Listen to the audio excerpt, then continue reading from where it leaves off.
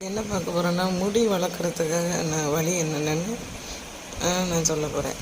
வணக்கம் நண்பர்களே. இன்றைக்கி நாம் முடி வளர்க்குறது எப்படி, முடி ஆரோக்கியமாகவும் ஷைனிங்காகவும் இருக்கிறது எப்படி, அதுக்கு என்ன யூஸ் பண்ணால் அப்படி வரும் அப்படிங்கிறத பற்றி நான் சொல்ல போகிறேன். ஃபஸ்ட்டு நெல்லிக்காய் எடுத்துக்கோங்க. நெல்லிக்காய் ஒரு 6 இது எடுத்துக்கோங்க.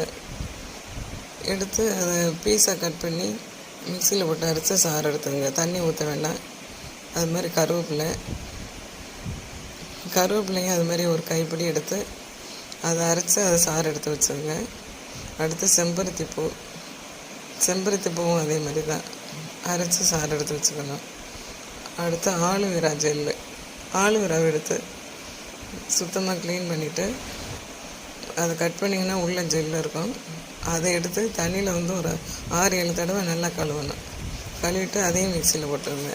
எல்லாத்தையும் தனித்தனியாக அரைச்சி வடிகட்டி தலையில் மசாஜ் பண்ணி தலையில் தடவுங்க. தடவிட்டு நல்லா மசாஜ் கொடுத்துட்டே இருங்க.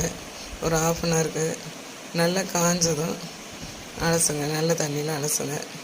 இது மாதிரி வாரத்தில் ஒரு 2 தடவை செஞ்சிங்கன்னா, ஒரு மாதம் இது மாதிரி செஞ்சிங்கன்னா வாரத்தில் 2 நாள் உங்களுக்கு முடி நல்ல க்ரோத் ஆகும்.